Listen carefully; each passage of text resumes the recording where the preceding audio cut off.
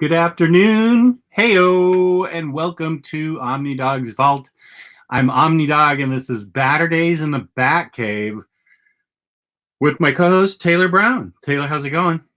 I'm doing great. I was just talking to Jess about yesterday. I had my son all day, and so we went to the mall to walk around so he'd fall asleep in his stroller, and we came across this awesome toy store with hundreds and hundreds of DC and Marvel action figures. It was awesome.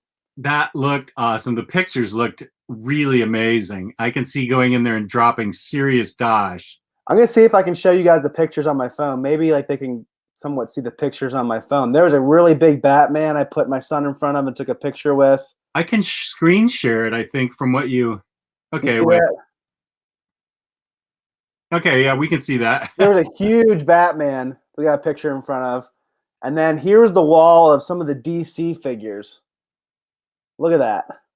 That's amazing. I've never seen that many DC figures. And there must have been at least 100 Marvel figures next to it that I didn't get a picture next to. Okay, I want to come visit you and go to that store. Hopefully it's still there. It's kind of one of those stores you wonder how long it'll last in the mall, you know? Is it new? It's new then? It must. I don't go to the mall that much, to be honest. But my mom goes to the mall on a decent basis, and she was there with me. We were just walking around, my son just hanging out and getting lunch there. And she said, I've never seen this store before either. But, you know, there's always the stores in the mall that, like, start up and they flare out really quick. Like, there was, like, a bath salt store there. That's not going to last very long. But I'm hoping the toy store lasts long enough for me to go back and really shop by myself and see if I could find anything good. Yeah. Because having a son that age looking around for toys to buy isn't exactly the best idea. So I wasn't fall asleep. I wasn't. Yeah, he was kind of looking. He was really into the toys, though. He was looking around at them. He's really falling prey to my my rigorous test of trying to make him a Batman fan. Yeah, I've been putting a lot of subliminal messages in his mind about liking Batman and superheroes. So decorating him in all the Batman onesies you've got him in. Yes. I'm sure he'll make an appearance on the show again with the Batman onesie at some point. Nice. He has at least 5 or 6. That's more than I have. Yeah, he's a lot more superhero shirts than I have, so he's doing pretty good. Oh, I got a ton of superhero shirts, but it's cold, so I couldn't just wear a t-shirt down here today. Yeah, he's definitely putting me to shame in that department. Jesse, say what? They had the DC Spin Master toys. Do you know what that is? I don't know what those are. Spin Master. I'm not sure, Jesse. I'm not as well versed in toys as Jess is, so if he doesn't know what it is, I definitely don't.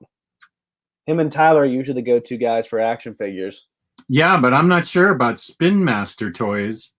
They spin, I'm guessing. I don't know. I'm not sure. I never heard of them. Hello back to Israel. There's someone in Israel watching us. Yeah. Really? Whoa. Shalom, buddy. So today we're going to be talking about our top favorite Batman artists. And it's really important for us to emphasize it's our favorite. We're not saying the objective best. So if we don't talk about your favorite, please don't get upset. These are our subjective favorites. And there are so many great Batman artists that we can't possibly cover them all. So Jess and I have decided to whittle it down just to 3 each. Actually, I'm doing more than that. Oh, great. One of them is your choice, too. All right, fine. Well, we'll improvise and see what happens. Maybe I'll come up with another one on the fly. So 3 or 4. Do you have 4? Or do you have 5? I have, well, no, I picked, let me see what I got. 1, 2, 3, 4. I thought I had 5. Oh, we have somebody from Wales, too. Ugly McGregor calling in from Wales. Speaking of calling in, maybe T-Lar Blunt will call in. Yeah, if he's watching right now, we're going to be doing something in a couple minutes that Tyler Blunt will very much be into. Yeah, actually, he's not here for it. Let me see if he's online right now. Or text him and tell him to get on as soon as possible. Okay, that's what I'll do. And T2, thank you. He loves the Batman background. Jess and I have tried very hard to find a background that fits this landscape because these 2 big boxes get in the way of most of the things that we find online. And also, we want to make sure it's not too busy and not too distracting. So we're hoping that this one will at least be somewhat helpful for the next couple shows. And watch the show. Okay, so TLAR has been notified that we are going to be not only talking about our favorite illustrators, but Travis Gilmer was kind enough. I put up a post a couple weeks ago on the Omnibus Collectors group of what looked to me to be the greatest snack ever invented. And I can't remember if many people commented or not, but Travis Gilmer paid attention, and it's only available at Sam's Club, which is like Walmart's shop, Costco. And it's these things are like $5 or $6 a bag, and they are selling online for $30 to $40 a bag. That's crazy. That's what people are asking for them. So Travis Gilmer was nice enough to send both Taylor and me a gift of bags of this snack. And also, let me call out to Mike Lombardo. He sent me the biggest box ever of these snacks. My wife said, "What the hell is in that box?" And I said, "Wait a sec. Both of us can benefit from this. Just wait a sec." So you got more popcorn in addition to what Travis sent you.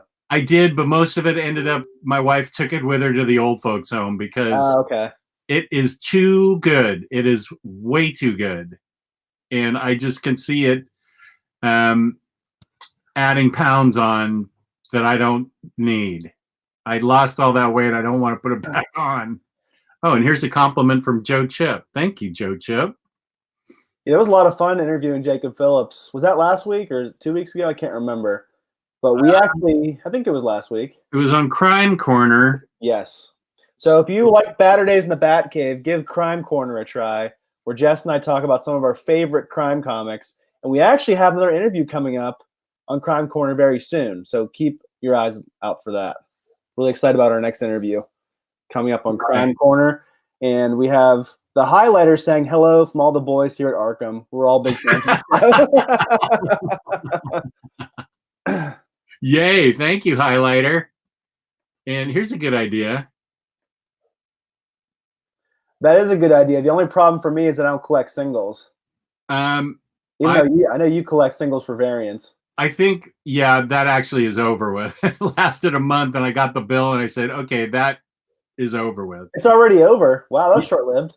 Yeah, no, it got too expensive. Okay. It just got way too expensive. Well, that was interesting what Gabe said on the Omnibros show recently, that he thinks that variance is what's keeping the comic industry alive. That was an interesting take. Yeah. That's really, well, I guess it makes sense that they cost so much. Yeah, we're actually going to be talking about that tomorrow in the news on Omnibros about variance and speculation in the comic book industry. But we have variants in the books that we've collected. There's lots of variant covers in there. That's true. So we'll definitely keep that in mind. That could be a future show down the road for sure. Well, how did you know it was popcorn, PS viewer? I said popcorn by accident. Well, you did. Yeah, I think most people, if they're in the group, they know what we're talking about. Yeah, I don't know that everyone's in the group necessarily. That's true. So if you're in the Facebook group, the Omnibus Collectors Comic Swapping Community, you might know what we're talking about already. Has Tyler Blunt not responded yet?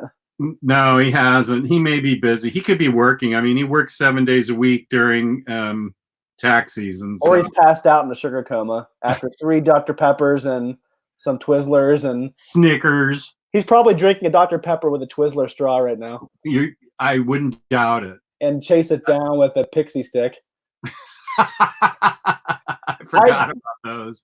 I don't know how Tyler keeps so fit with all the stuff he eats. It's like a big secret. I want to be like Tyler. Here's a good question. We will get to the snacks and illustration part of the show, but Jay Montgomery, I loved Birds of Prey. I loved it. I went yesterday to the Alamo with my movie buddy. She liked it too. I thought it was fan-freaking-tastic. It was, it was never slow at any parts. I felt the acting was great. You don't have to worry about the Cassandra Cain thing. I'm not going to spoil it, but it fits in perfectly. You don't have to. It's part of the story, and it works really well. So I mean, it's just a name. Black Canary was awesome. I am not familiar with the actress that played Black Canary. She has a fantastic voice. It's her singing in the movie, and she was great. And of course, Harley was great. It was directed by a woman, produced by a woman, written by a woman too. Written by a woman, and pretty much all women in the cast. Ewan McGregor. What is it? Ewan McGregor was great as Black Mask. Zaz was good. Don Collector, no spoil. We're not doing any spoilers right now about Birds of Prey because I have not seen it. And actually, we're going to be in 2 weeks on our next show. We'll be reviewing that new Harleen book and talking about Birds of Prey more in depth. So, so maybe save it more for that show. Okay, I will just say then that I loved it. I didn't love Suicide Squad. I liked Harley in Suicide Squad, but I didn't particularly care for Suicide Squad the movie. This is not even in the same universe as Suicide Squad. This thing is fun, funny, exciting, tons of action, tons of great action. It's R-rated. It's super fun. That's all I can tell you is it is just super fun. I had a blast. So the plan in 2 weeks is to talk about Harleen, that book first. Then we'll do non-spoiler thoughts about Birds of Prey. Then we'll probably do spoilers at the end of the video. So for people who still haven't seen it, but we'll give you 2 weeks to go out and see it. Friday used to be my movie day, but now that my wife's back to work, I have to watch my son all day Friday. So no movies for Taylor Friday anymore. We're probably going to see it on a date night or something. My wife's actually interested in seeing it. From now on, I'll be seeing movies probably on Saturdays. I used to love going at 11 a.m. on Friday when everyone was at work because that was my day off. Yeah, that's great. So not anymore, though. So I'll see it eventually, though. Unfortunately, there was no Alamo glass. I did not see an Alamo glass there. I picked up a couple of Star Wars glasses for my daughter that she's excited about, but I did not. Oh, good. Jay Montgomery is saying that he saw it with a group of 6 and they all loved it. Good. And Joe Chip, I think you're messing with me with that comment. It would be a very short show because I think it's pretty well documented that I'm not a fan of manga. I don't own a single manga, so that'd be a pretty short show. Have you stopped collecting Alamo glasses anyway? I have. Yeah, my wife has said that there's too many. Okay. Definitely more interviews with artists, creators. Absolutely fantastic to hear people talking about background info. Good. Well, if things go right, this Tuesday night, if our writer shows up, we should have a Crime Corner writer on Tuesday night. And we'll be putting it online on Wednesday, though. Oh, that's right. We're not doing it live. Yeah, we're doing the actual interview on Tuesday night recorded, and we'll put it on Wednesday. So we have one more definitely set up. We have another one in the pipeline that we're both really excited about, but we don't want to talk about it too much. We don't want to jinx ourselves. Yeah. But we're both very excited about it. Yeah, he seems like a definite, but he's super busy. So that's actually going to be a Baturdays interview, though. So that might give you a hint towards who it could possibly be, even though that doesn't narrow it down too much. It's not Scott Snyder, so don't get all worked up about that. It's in the superhero genre. Yeah, think bigger picture than that. It's not Scott Snyder, and it's not Tom King. So we're going to let down a little bit for you, but we're both really excited about it. Bat manga is great. Have you ever read I have Bat manga. Have you read it before? No. Okay. It's definitely not high on your list, I guess. That was probably the first manga I ever got. I should read that. I still have Bat manga, and I still have 2 Junji Ito books, and then that's it. I've sold all the rest of my manga. Oh, yeah, and the Akira box set that's collecting dust. No, it's not Tomasi. It's not Grant Morrison. Shouldn't have said anything. No, none of those people. You're not. Let me just say, it's a very big creator that we're both really excited about. But he's not famous really for Batman. So, but he has written Batman in some capacity. Yeah. So you'll all be excited about it, but stop guessing. We're not going to say. So don't keep guessing. But you're all going to be really excited about it, and we're both really hoping it works out. And so we've given Tyler almost 15 minutes, so he's not showing up, it looks like. So it's time to get to our taste test. Okay, good. And this will be surprising for me because I haven't tried them. Jess has self-control issues, and he already tried the Oreo popcorn. So, well, how much have you eaten? Well, you ate a lot. Already half of this bag gone. This is Oreo Cookie Pop. Control issues, you jerk. And then also Candy Pop Twix. Sent to us by Travis Gilmer, and Michael Lombardo also sent a huge shipment of it. And I also want to say that Travis sent a really nice note along with mine. Yeah. He did for you, too. I'm guessing there are different notes, obviously. But yeah, he loves me more. Mine was really nice, though. Yeah. We can show each other later and compete over who he likes more. But it was really helpful. I had a bad fever this past week, and I've been sick. So it really picked up my week whenever I read his really kind note. And it was really encouraging to hear that our videos have gotten him to collect a Kalax and a half, 1.5 Kalax cubes of Batman. Because he was someone who didn't like Batman before our show. Oh, he didn't tell me that. And he says he's been watching our show on rewatches at work when he's doing stuff behind the scenes. So he's been really watching the show a lot. And we helped him get into Batman. So I consider that a big success. That is a big success. So thank you, Travis, for the popcorn and for the note. We really appreciate it. And we're really glad that we're filling up your Kalax shelves and taking money out of your wallet and giving it to Bruce Wayne. Yeah, blah, blah, blah. Let's try the candy now. Okay. What do you want to try first? The Oreo? Yeah, since you already tried it. I'll try it again. I'm really hoping y'all like it. Otherwise, this will be sad.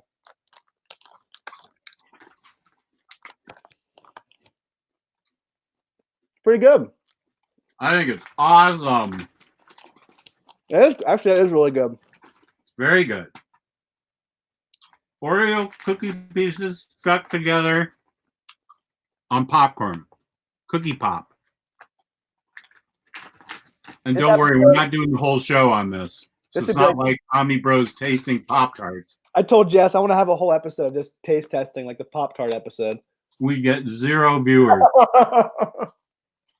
It was really good. So if you have a Sam's Club, try this out. Yeah. Very good. I like it. I like that there's no salt on it really to make it. I feel like salt would have been too much. I'm not really tasting any salt, are you? No. Travis says the best is the clusters with the kind of icing part. I agree with that. When you hit a big nugget. That is really good. I think the icing makes it really taste really good. Yeah. That's the best part for me. Are there other types of popcorn besides these two? There was one that they couldn't find, and that's Butterfinger. Ooh. I know. Butterfinger is one of my top 3 favorite candies, so I definitely would have liked that. Ooh. Yeah. That's too bad we didn't get that. I know, but it's okay. Okay, now it's on to Twix. Whoa, this looks promising. Even though Jess has self-control problems, he did control himself and not eat this one. This is a full bag of Twix. Seal has not been broken until just now. Right. All right, let's go. Well, I got a big piece here. Yeah, there's a cluster.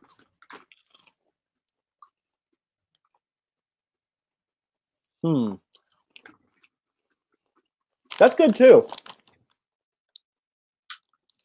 I think I like the Oreo one better. This is good, but I think I like the Oreo one better too. But this, it's not going to keep me from eating like lots of this. Oh my gosh, this is so good. I was really nervous. I was going to not like these and feel so bad that I wasted Travis's money. I didn't. No, there was no chance you weren't going to like these. Okay. I'm going to control myself and put it away. But if I have control issues, I'll keep eating. I'd give the Oreo popcorn like an 8.5 out of 10. I'll give this like a 7.5 out of 10. I'll give this Twix an 8, and I'll give the Oreo a 9. Okay, we're both pretty close then.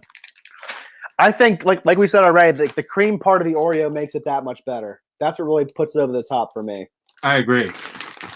But if you have a Sam's Club and you have a membership, please go out and get this popcorn as soon as possible. Don't spend $20 or $40 on. No, Hey, that's way too much money. Way too much money. It's like you're buying caviar or something. Yeah. All right. Now on to the main event. Our favorite Batman artist. And we're going to start with Jess because he's the senior member of this duo. And I'm pretty sure his choice will be farther back than my first choice. So how about you take us back to the olden days, Jess? Yeah. Doing this show and being on Omni Bros as long as I have and being in the collectors group as long as I have, I feel like this is a statement that it's a generalization, but I think it qualifies as truth that you develop your love for certain characters, writers, and or mostly art. I think you develop your love for artists at a young age when you first read comic books. That's why so many of you guys in your 20s and 30s love the 90s comics, because that's what you were exposed to. So maybe your favorite Batman artist would be Jim Lee from Hush or something. So or X-Men Jim Lee or whatever. I think a lot of art is what we're first exposed to when we're young, and we sort of hang on to it. And so that would fit my theory. What would fit my theory is the fact that my favorite Batman artist is Carmine Infantino. He's your favorite of all time. Sorry? He's your favorite of all time. Yeah. Of the list, he's your favorite. Okay. Unfortunately, this shows exactly how much he did, because by the time I got into, he did a full run of Mystery in Space with Adam Strange. He did like 50 issues, but with various inkers. But I love Carmine Infantino mostly because of the covers that he did.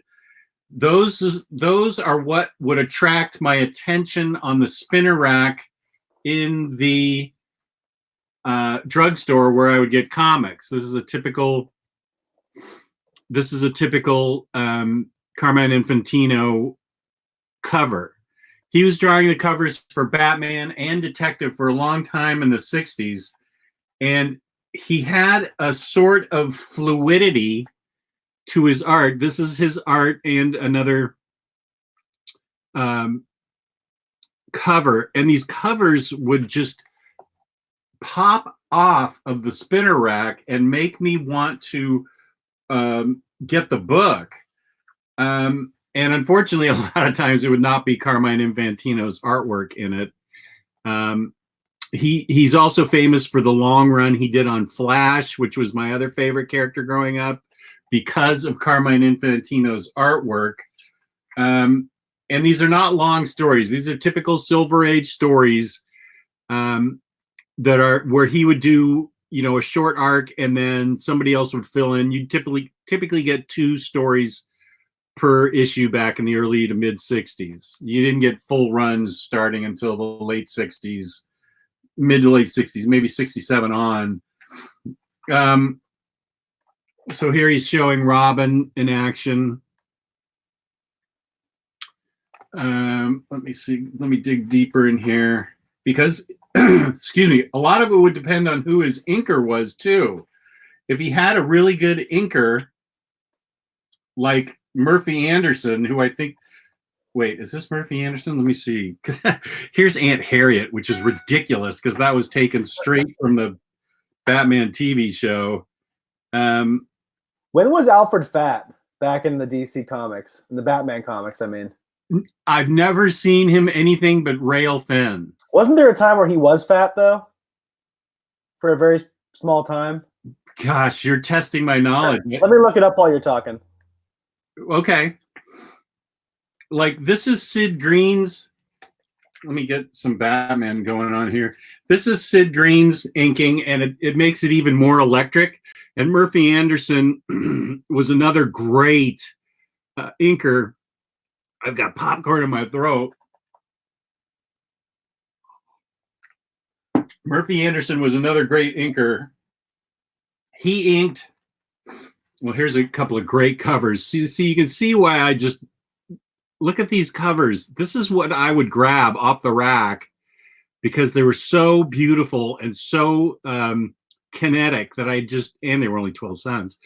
And this is just what made me want to read Batman. Now, this is one of his most famous issues. They put him in to introduce Batgirl. And Murphy Anderson's doing the inking, and it is the best pairing to me in Batman comics of that era, easily. It is electrifying, it's kinetic, it's exciting, it's fun, even though they're defeating the Grasshopper Gang, which is ridiculous. Batman just came alive to me with Infantino's art. It just seemed so realistic to me and so fluid and interesting. And I was always so disappointed when I'd open a Batman comic with this great cover art and it would be some other artist. That used to happen a lot back in the day. And it still happens sometimes today, too. When yeah. The cover art is much better than the actual interior art. Yeah. And the story of Batgirl, of course, is that she got created because the TV show wanted to bring Yvonne Craig in. And so they had DC create Batgirl, and that's how Batgirl got created. Not the original Batgirl, Kate Kane or whatever her name was, Kathy Kane's niece. I can't think of what her name was. There was Batwoman and Batgirl back in the 50s. They wore yellow. I think Kathy Kane was Batwoman. So Batgirl got created. The contemporary Batgirl got created because the television show wanted her. Right. And Michael Havoc says that Alfred was fat back when he was Alfred Beagle, before they made him Pennyworth. Oh, okay. That must have been back in the back days. I found an article I can share my screen to show off fat Alfred. Oh, okay. Let me try this here. Yeah, just put share screen and I can add it. Okay. Oh, there we go. Oh, yeah. There you go, right there. So that was Fat Alfred. And it says, in his debut, Alfred is a portly music hall actor and aspiring detective who arrives in Gotham City attempting to investigate the Batman phenomenon. And then it says 1944, he goes on a Hollywood diet. Alfred comes back and is skinny. Because Batman was a hit and it turned into a movie serial, but William Austin, the actor cast as Alfred, was thin, which meant that the comic book Alfred was abruptly packed off to a health resort to reemerge as the trim gentleman he has remained to this day. That's interesting. The only reason why we have Alfred as we know him is because of the old movie serial that no one really talks about anymore. Right. That's interesting. I didn't know that. Wow, we're all learning on Baturdays in the Batcave. You're never too old to learn, Jess. No. Believe me, my wife tells me that all the time. I've been making too many old jokes. I feel like Omar right now. It's more Gabe that makes the old jokes. I've been watching too many near mint condition videos. So he's your favorite artist of all time for Batman. How many issues do you think he drew of Batman in general? Or they're all in here, this one book. So not that many. He was the cover artist, as I can tell you, but it actually, and they're short stories, so he actually did quite a few because the index is pretty long. Here's when spoiler, this one is when Alfred turned into the Outsider. That sort of scaly looking creature right there. It actually was Alfred. After he died, he came back as the Outsider. But anyway, the index shows a lot of stories here. And this is all back in the 60s, correct? Correct, yeah. Mid 60s. And then all these stories here. So there's quite a few, but they're all like 7-8 pages. He solves a crime, he fights, like that. Okay. Would you recommend that volume for younger guys like me who are more of modern comic people, or do you think it wouldn't appeal to us? What do you think? Guys who are well versed in the old school Batman stuff. Yeah. I'd say if you're a fan of Batman 66 at all, these are similar in that, well, not jokey like that, but they have this is why it was such a big deal when Dennis O'Neil and Neal Adams changed him to darker, because they're so lighthearted. There's murders that he solves, but it's mostly this stuff. Batman lifting a gorilla laden with TNT to throw him somewhere and knocking the back and forth. A gorilla. If you're a fan of the art, if you're an art fan, so the stories aren't the best, but the art is fantastic. Exactly. Okay. That seems to be a lot of the 60s. The art is very bombastic and colorful and inventive, but the stories are very elementary. Yeah. Now, these are two of my favorite covers ever in comic books, and Infantino did them. This is the hooded Hangman, and then this particular cover is black, so it's hard to find this in good condition. If you can find this particular comic and anything close to very fine, you've made a score, because it's black, and those are harder. The spines get dinged up really easily. But these were two of my favorites. They were so dramatic. Batman being defeated by the hooded Hangman, and Batman and Robin missing. They weren't answering the hot phone, the bat signal. Where were they? Not even they know. Do you have any of Infantino's issues in your collection? I used to have all of them. Okay. Did you sell them off in CGC, or did you just sell off your whole collection of them? Some of them I CGC'd, but most of them, along with I had a whole run of Mystery in Space with Infantino art. I have still a whole run of Flash. The Flash is something that I've held on to that has Infantino art. That's the only thing I've probably held on to out of my whole collection. Is it painful to sell off these things from your childhood that you really loved and read it many times? Is it hard for you to sell these things, or is money just make it so much easier? Well, it is kind of painful when you see 18 long boxes leave your house, even though you've gotten a big check. Yeah. I spent my life collecting those. So yeah, in nostalgia as a kid too. Yeah. Of course, when we were all kids, everything was innocent and things were fun, and dopamine was just flooding our brains with fun when we go get our pixie sticks and comic books, whatever. That was my childhood. You're still describing Tyler Blunt's life. I am. So yeah, it is hard to let go of some of these things, especially when it took so long to actually piece together the Flash run, because Infantino was my favorite artist. It was hard. It took a long time to piece together that Mystery in Space, that Flash, the Batman and Detective run. It took a long time, most of my adult life, picking through shows and getting those in very fine or better, because I was really picky about condition. So yeah, it can be hard, but the fact is, my wife's retiring. I need health insurance. She's older than I am. She's going to have her insurance taken care of. And it's just staring me in the face. I got to have money for health insurance. What was the hardest thing you've ever had to part with? I haven't parted with it yet. Oh, what is that going to be? That will be Green Lantern, Green Arrow 76. Is that My Ward as a Junkie? No, that was, I think, 85. Okay. What's on that cover then? That was so That's the beginning of the run where Green Arrow is shooting out the lantern. That's your favorite run of all time, right? Yeah. Okay. Yeah, that'll be difficult. I may opt to be buried with it. I may not be able to sell it because it meant so much. It means so much to me. That has huge nostalgic pull.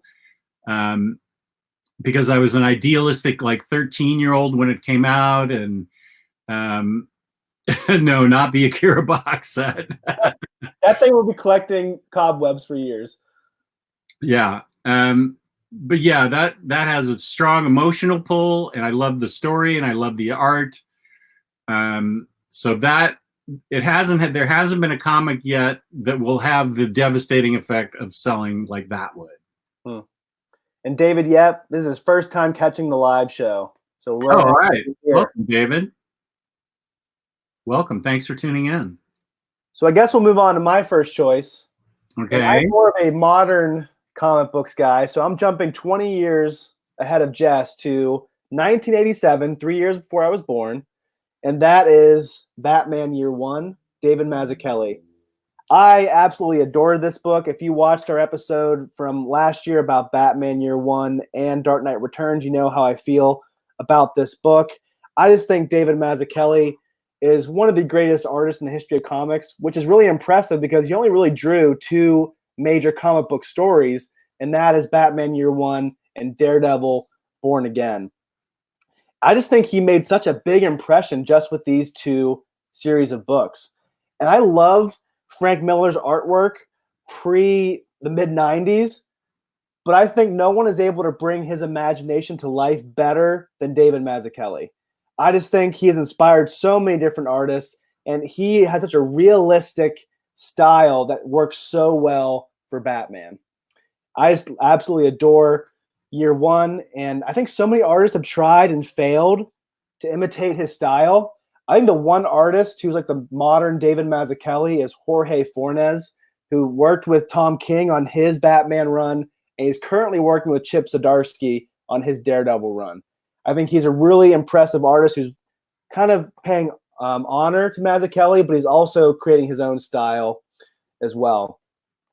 And I think that Mazzucchelli just effortlessly penciled and inked a flawed and realistic take on Batman that actually makes sense in the real world. Like, you can actually believe this stuff could actually happen. You know, this is a Batman who constantly messes up. He gets the crap kicked out of him on his first night. He messes up and almost kills someone. And Mazzucchelli just does an awesome job of showing Bruce Wayne as a young man, just showing the fear in his eyes as he almost kills the guy by knocking him off that ledge. I just think his Batman isn't like the regular muscle-bound Batman. He's very thin. He's very lean and mean. He's very believable. And my favorite scene in this entire book, one of my favorite Batman scenes of all time, is when Batman blows the wall of the mansion of the different politicians and mobsters who were meeting. And he says, "Ladies and gentlemen, you've eaten well. You've eaten Gotham's wealth, its spirit. Your feast is nearly over. From this moment on, none of you are safe." Yeah. I love that scene with the shadows and him putting the lid on top of the fire. Like, his paneling is so inventive. I don't know how you felt reading this back in '87, Jess, but I just felt like it was so new and fresh and original. Oh, yeah, it was groundbreaking. And even more than his work with Bruce Wayne, I love what Mazzucchelli does with James Gordon. I think that this is a big turning point for James Gordon. I don't think people really cared about Gordon that much until this book. Would you agree with me? Yeah, I would. He was at best a secondary character. Actually, I think Frank Miller in general, because The Dark Knight Returns has a big arc for him as well. Yeah. I think in general, Frank Miller really turned that around, and Mazzucchelli was a big influence on that. Without this book, you wouldn't have Batman Begins. You wouldn't have Gary Oldman as James Gordon, because he's pretty much ripped out of this book. Yeah. I could sing this book's praises for hours and hours, but I think we all understand what I'm saying here. We all know how great Mazzucchelli is. I cannot imagine this book being drawn by any other artist. Can you, Jess? No, it was absolutely perfect. You're right. And it kills me that Mazzucchelli hasn't done anything, at least in the comic book world. I think he's a professor, or he teaches, I believe. I think he teaches comic book art or something like that. Maybe you can comment in the chat what he does. But I am very thankful that we have a perfect Batman book from him that stands the test of time and constantly gets better and more rich with each passing reread. I just think his Batman is so unique, realistic, and it really draws you into the story. So that's my first pick. Okay, well, I'm going to go for two choices here. I couldn't find unadulterated Neal Adams with just solo Batman stories.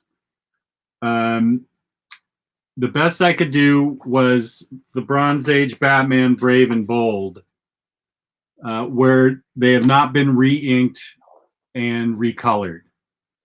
So because I want to show, you just saw how cartoony the stories were, but the art used to be, I can't pull an example right away, but the art in Batman was very Batman 66-ish in the mid 60s when it wasn't Carmine Infantino, and the stories were, you'd just come off a period where Batman was always being sent into space and aliens were invading, and in the late 50s. And I've made this point countlessly, so I shouldn't go over it too much, but the impact that Neal Adams had was he made Batman and all the characters more realistic looking. Oops, I just lost my page. Just a sec. Well, I can show.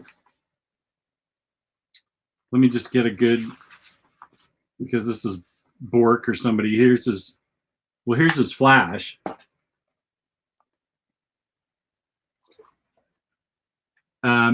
Doesn't do as good as job as Carmine. This is Brave and Bold. So let me find some Batman in here. But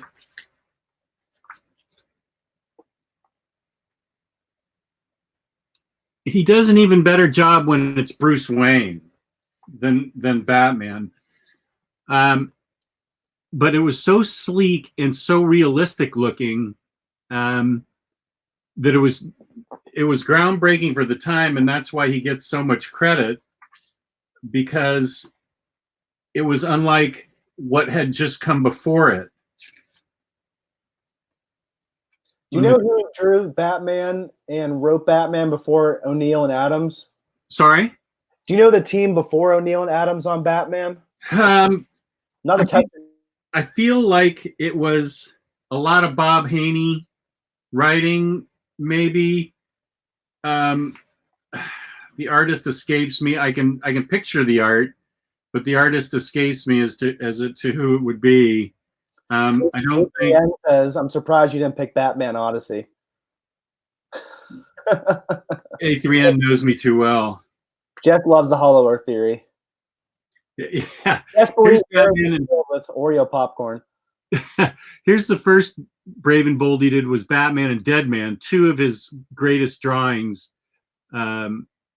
His greatest illustrations were Batman and Deadman together and singly.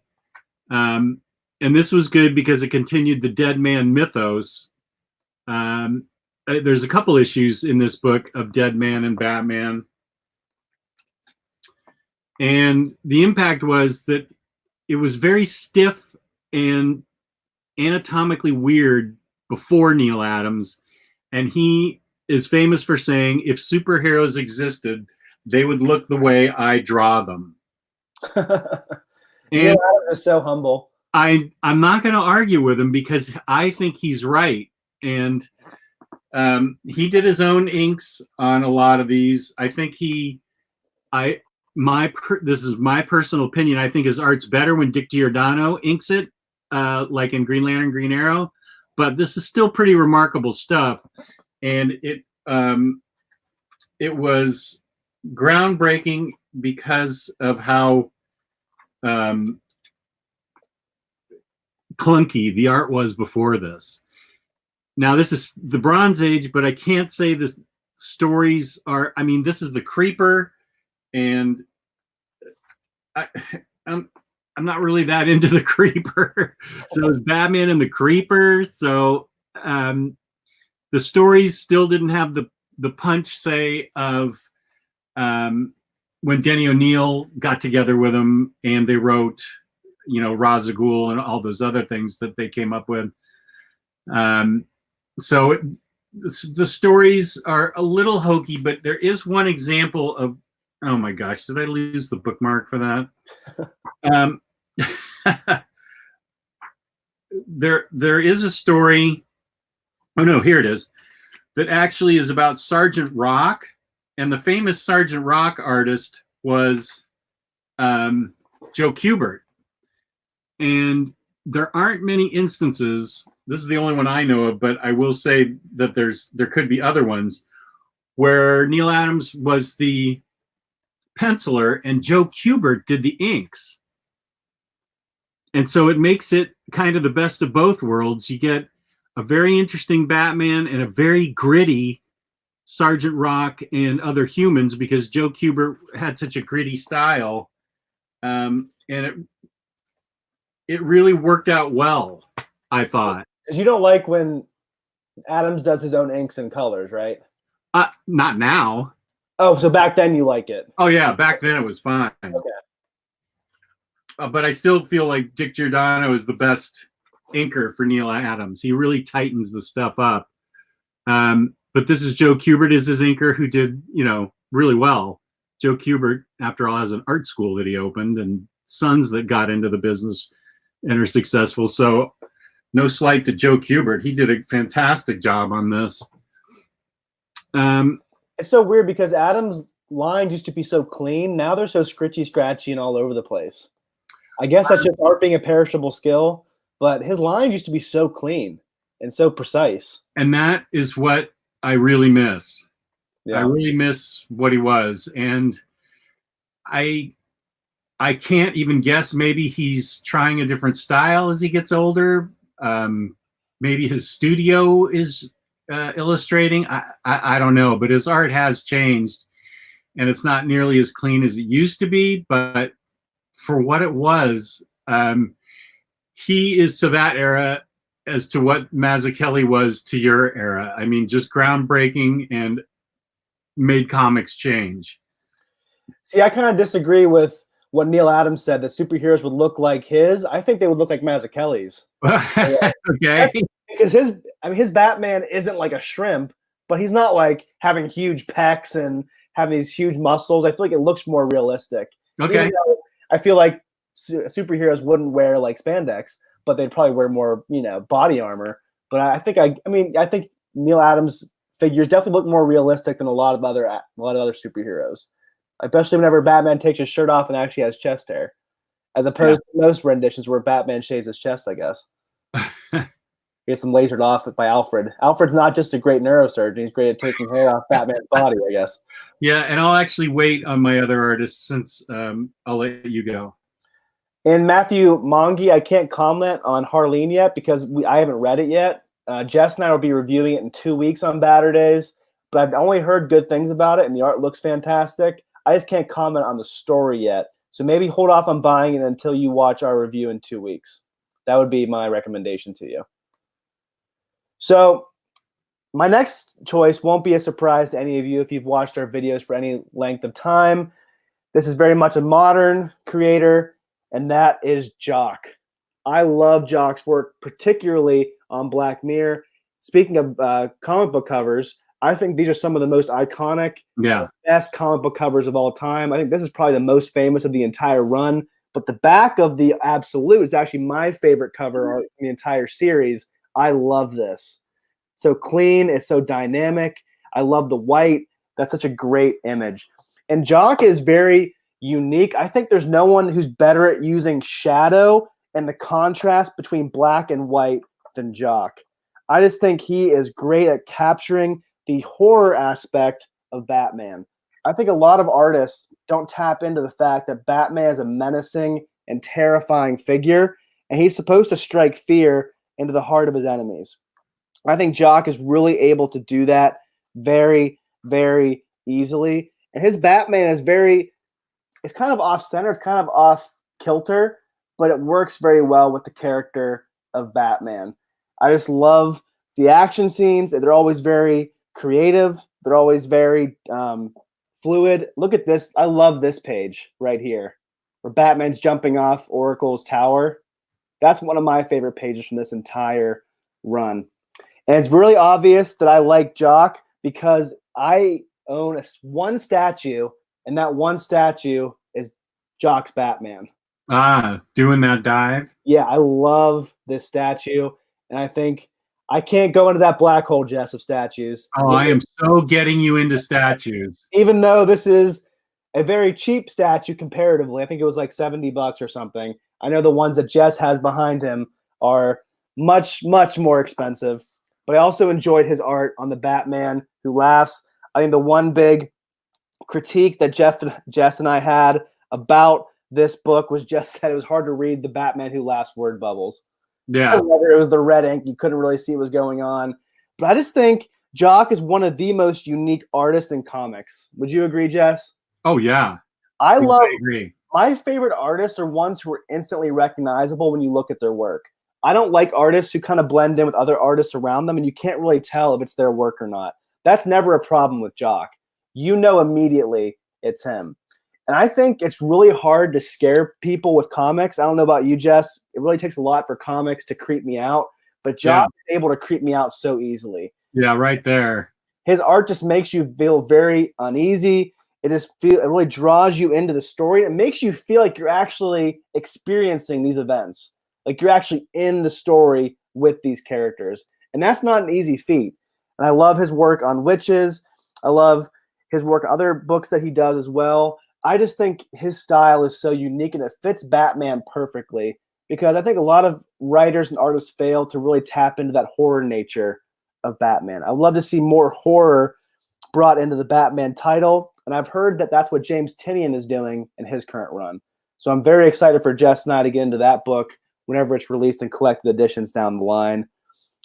So yeah, Jock is one of my personal favorites. I can see how his art wouldn't be for everyone, how it wouldn't be everyone's cup of tea, but it really, really speaks to me personally. So that's my second artist. Nice.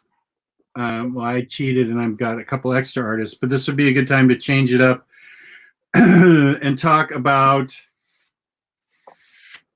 Greg Capullo, who I thought did an amazing job all throughout Snyder's run in the New 52.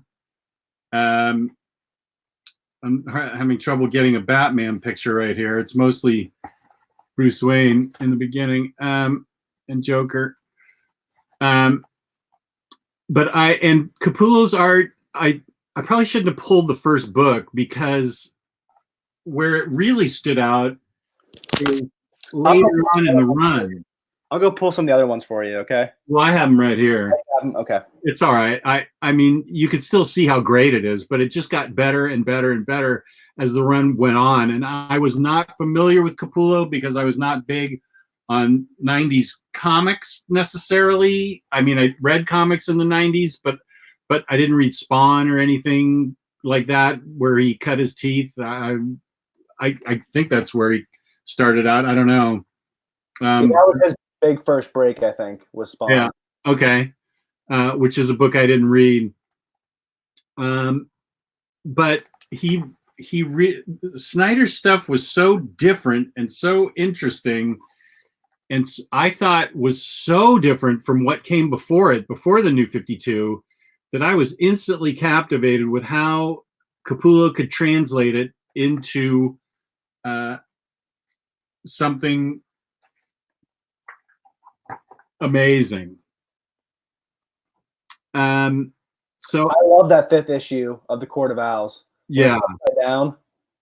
Right. It kind of turns, throughout the actual book. Yeah. The whole concept, now this is a dark page, so I don't know if you can see it all that well.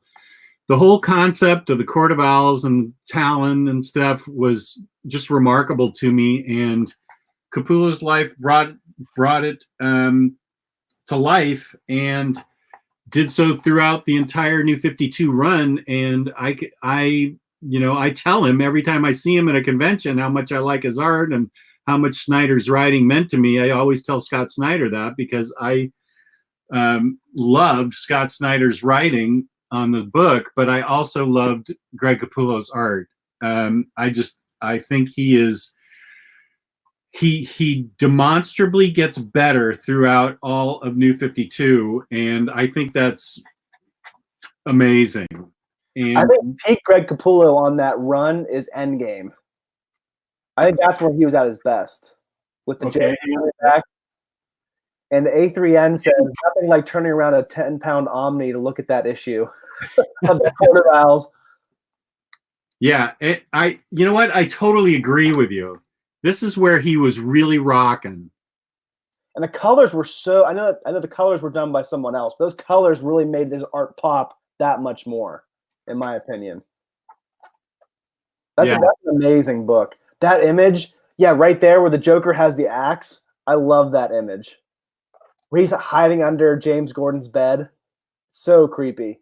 Yeah. No one makes the Joker more scarier than Scott Snyder and Greg Capullo, in my opinion.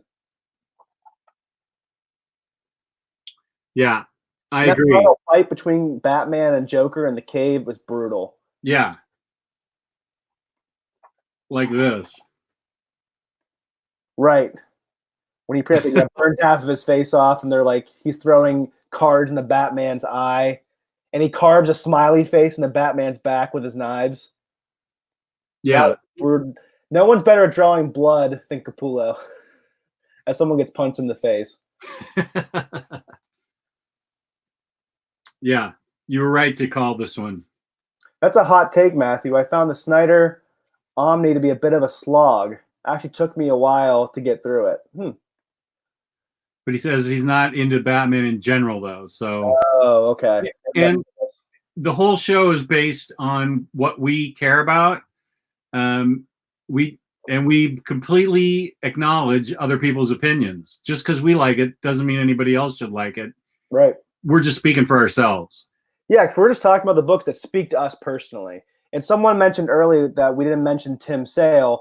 I personally like Tim Sale. He's not one of my top 10 favorites, but I know Jess isn't a huge fan. He speaks to me. He doesn't speak to Jess. And a lot of people love him and a lot of people do not. That's the thing about art. It's very subjective, that people's styles really hit us in different ways. So I like Tim Sale. He's not one of my top 10 favorites, but he's definitely a solid Batman artist for me who has a very unique take on Gotham City. Yeah, T2 says Batman isn't for everyone. It hurts me to hear, but I guess yeah, I disagree. I think Batman is for everyone. We're showing them why.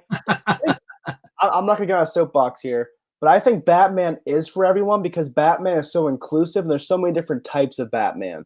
There's Batman 66, Goofy Batman. There's Frank Miller Dark Knight Returns Batman. There's Lego Batman, Batman the Animated Series, Batman the Arkham games. I think there are so many different types of Batmans. There's so many entry points in the Gotham City that everyone can find a Batman that they love. And I'm never going to bash you for the Batman that you love. I'm not a huge fan of Batman 66, but if that's your Batman, awesome for you. I just want people to love Batman. Right. So T2, I somewhat disagree with you. I think there's always a way for people to come into Batman. There's a bunch of different doors to get into Gotham City. So we should go to my next one, right? Yeah. All right. So my next one is my personal favorite as of right now. Now, you may not be a fan of Tom King's run, but I don't think you can argue against the statement that King has worked with some of the greatest artists in comics right now. David Finch, Clay Mann, Joel Jones, Tony Daniel, Mitch Gerrits, Lee Weeks, and my favorite is Mikel Janin. I think he draws the definitive modern Batman. I agree. The definitive modern Batman. The first arc that Janin comes in on, I Am Suicide. It has the best splash, the best double page spread I've seen in years. I love his version of Arkham Asylum. I absolutely adore his art. I think, again, similar to Jock, that his art is so immediately recognizable. Let me get this dust jacket off. Well, we have to acknowledge Mark French, who just tagged us with a $10 super chat. Whoa. Going to a late breakfast in Seattle. Going to have to watch this episode later today. Keep up the great content. And the fabulous Bobby Hill is his avatar. I like it. Thank you very much, Mark. Appreciate that a lot. Thank you. Thank you. Did you help Jess buy some more popcorn? Yeah, that's 2 bags.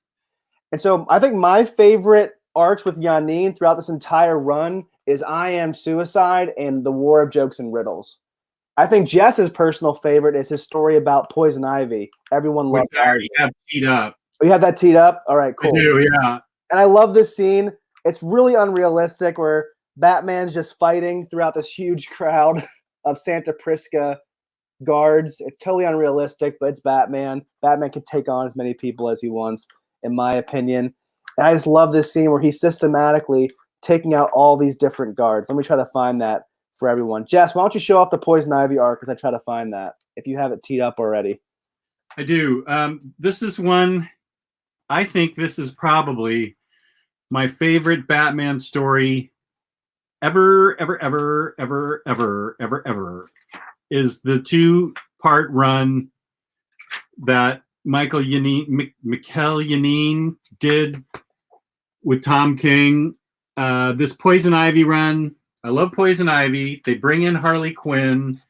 It's got Catwoman in it. It's got Bruce Wayne and Alfred. It brings in like the whole Justice League because Poison Ivy's taken over everything, and they bring in Harleen Quinzel, the Doctor, to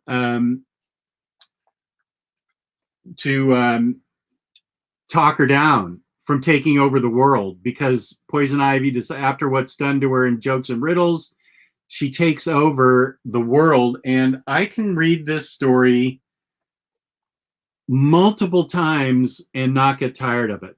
This is my favorite modern Batman story, and I'm including everything. I love this story, and a big part of it is not only the writing but the artwork. The artwork is just sharp as a tack. It is brilliant. It is beautiful. It's spare, but every line means something. He makes Tom King's work really come alive to me in this story. So this is totally subjective, absolutely subjective, because I'm saying this is my favorite artist on my favorite story of all modern Batman. And that is, of course, only my opinion. You have your own, and you are completely entitled to it. And I applaud you for liking something else, but this is my baby. I love it. It's so gorgeous. I love everything about this story and this art. And that is totally subjective. I will not deny it. And this book, of course, also contains. This is the best Batman book ever. I'm going to say it because it's got Batman and Catwoman getting old together. It's got the Super Friends arc with Clayman. All you people that don't like Tom King need to read Volume 3. This is ridiculously good. Every story nails it. Every story's great. I mean, I totally cried at the Bat and the Cat getting old together. It was just remarkable. I think there's almost universal agreement on that annual that you're just referencing and the Super Friends arc.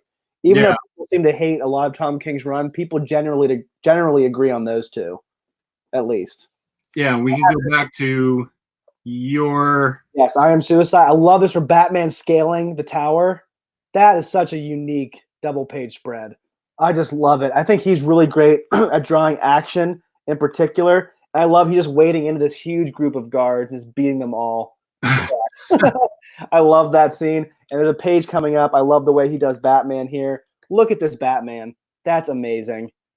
That's just a modern, definitive take on who Batman is. It's instantly iconic and recognizable. I think some artists can get too over the top with the length of the ears and things like that. I just think like Kelly Jones. Kelly Jones. Or even Tim Sale does really long ears too. But let me get to my favorite personal arc. I love Super Friends. I love a lot of the ones that Jess loves. But my favorite overall is the War of Jokes and Riddles. I mean, just look at this page. Look at these 2 double-page spreads with the Riddler coming to meet the Joker. That is such a beautiful scene. I love his Joker too. I think he has a great, great Joker. And look at this. I love this page where it shows them squaring off all the different villains that side with each of them. That's just amazing. And I really like their take on the Riddler as well. Makes him a little more gritty, a little more fear, actually wanting to fear him. He's not just a goofy guy who tells a bunch of weird riddles. He actually kills people. He actually really goes for it and carves this huge question mark on his chest. I just think Mikel Janin does an amazing job drawing every single character. I mean, look at this Joker. In this story, the Joker can't laugh anymore. Nothing really makes him laugh. He doesn't find anything funny. And he's trying to gain that maniacal laugh back. He's making himself smile in the mirror, but he's just not getting there. And the way he actually laughs in the end is fantastic. I love the ending of this book. Jess, were you a fan of this arc? Oh, yeah. Yeah. Definitely liked it a lot. Like, look at these. Like, I just love these pages. Yeah, those are beautiful. Where you see all the different villains who are siding with each character. I just think this book, this arc in particular, is filled with so many double page spreads and splash pages that I would love to plaster over my office wall. Well, you should do it. If I could afford to buy, well, I guess probably not the original. He probably doesn't have original art because he's probably doing digital. But I should get some of these in prints, I guess. I would love to get prints and plaster them all over. I should do that. So Mikel Janin, again, I'm going to say it, is that I think he is the most definitive artist for Batman in the modern era. Right. I agree. That's just my personal subjective opinion. I really want to see what he does next after this Batman run. I'm excited to see them. We already have wrapped up that run, but I know he worked a lot on the final arc, City of Bane, which I'm really excited to read. Yeah, and those are your artists, right?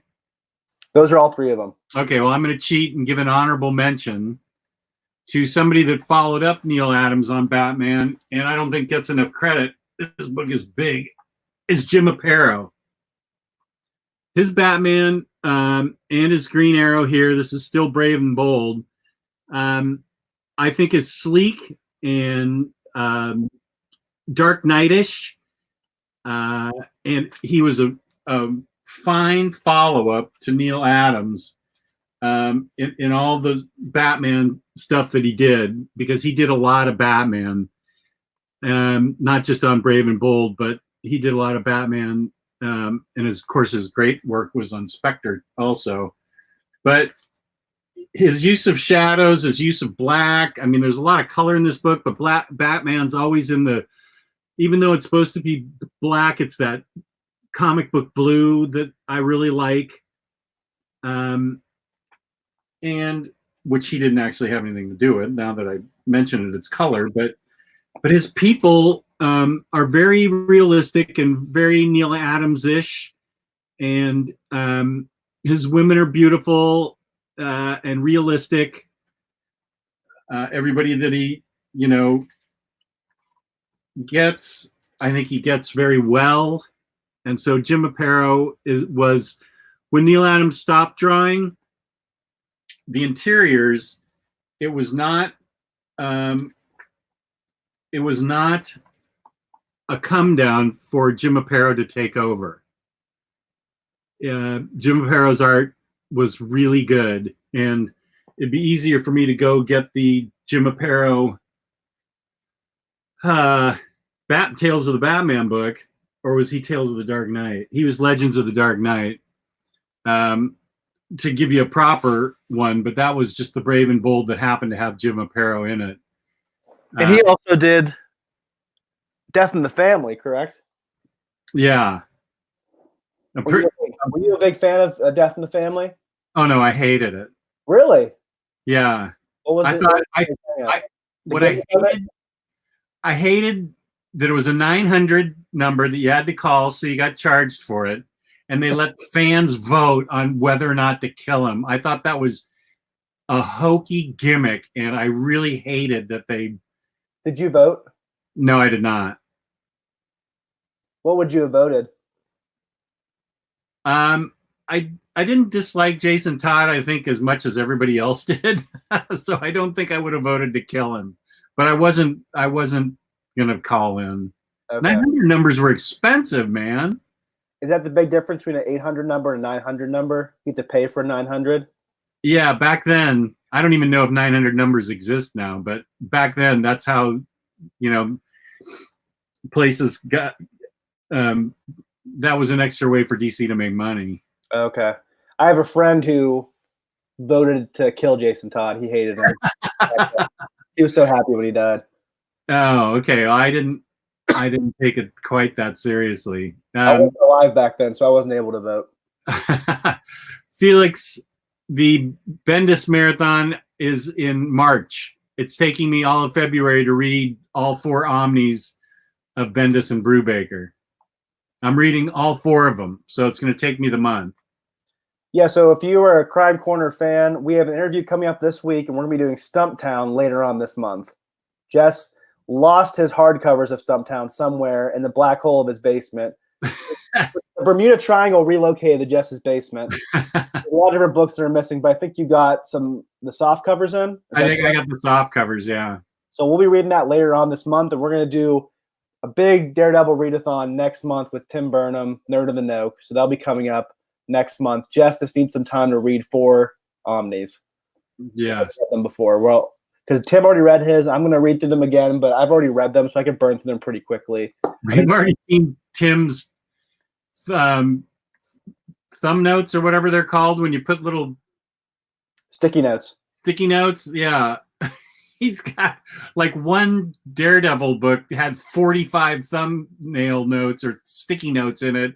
And I'm like, whoa, we are not going to be able to do a page-by-page analysis. I'm pretty sure most of the video will just be him talking and us going, uh-huh. Yep, what he said. Yep.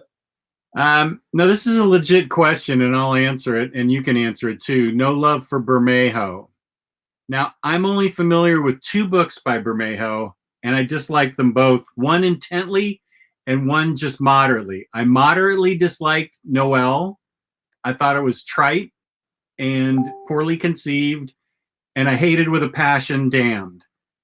Great art, but it wasn't good enough to make me like him as a Batman artist because the stories were so repulsive.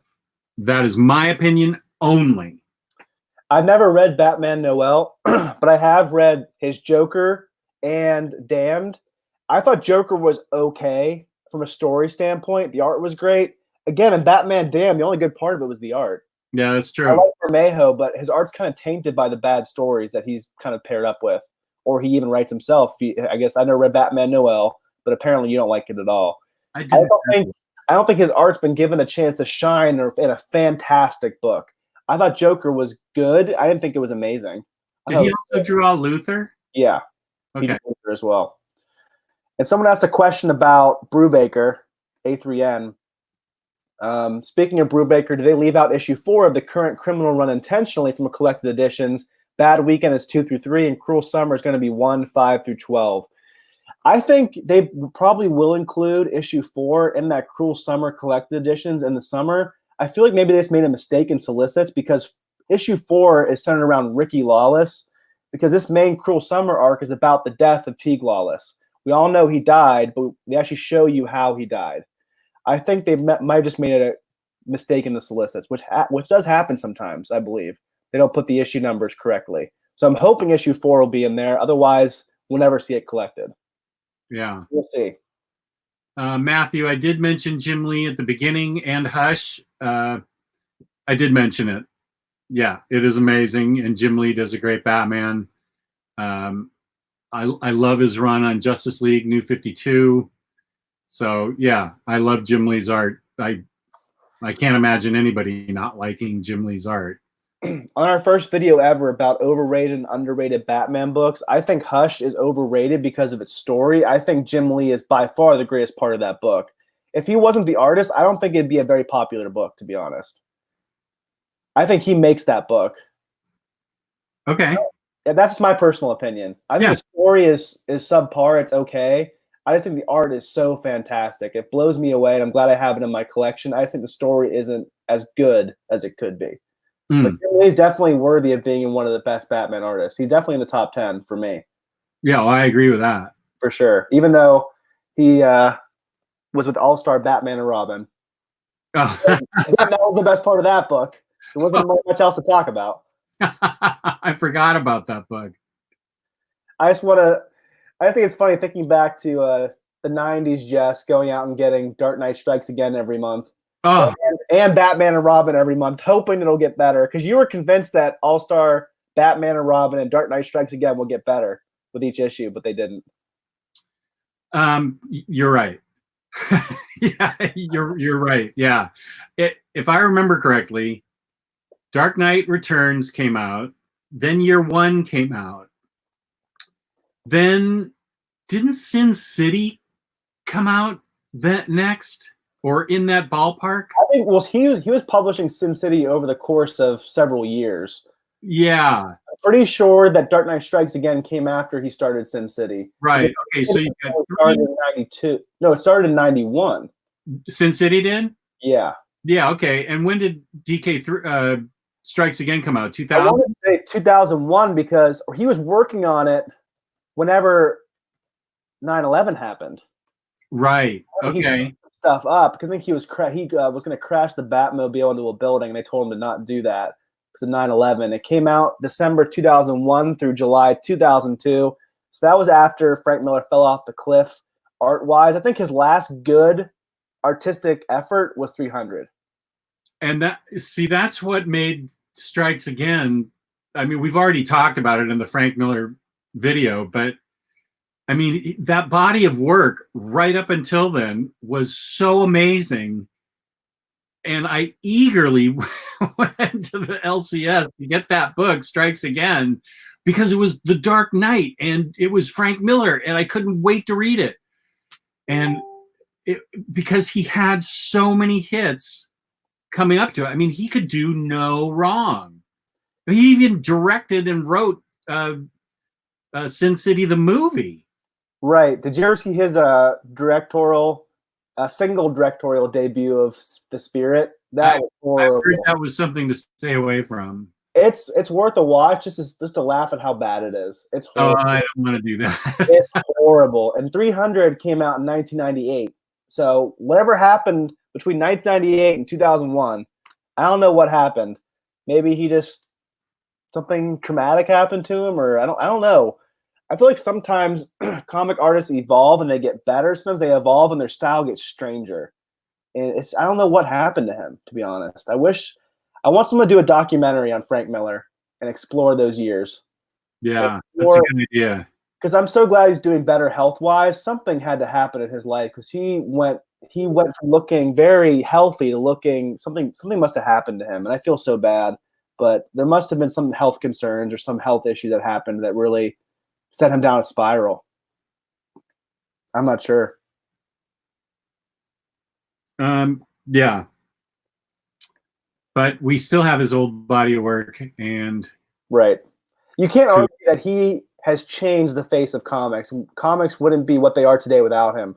I utterly agree with that. If Watchmen and Dark Knight Returns didn't happen, I don't know where we'd be. I don't know if comics would exist right now, to be honest. I wouldn't be doing this show. Because that's what put me back into comics. If it wasn't for Watchmen, Sandman, and Dark Knight Returns, I don't think we'd be here right now. I agree. So we talked about our favorite Batman artist. What's your least favorite Batman artist? Oh, I don't know. I just thought of that at the top of my head. I'd rather not go there. You don't want to go there? Okay. No, I'm so happy right now. I don't want to think about bad things. 2020 is a year of positivity for Jess. Yeah. I think we stopped being negative after Batman Damned. I think that episode just made us so mad. Yeah. And I just want to be happy.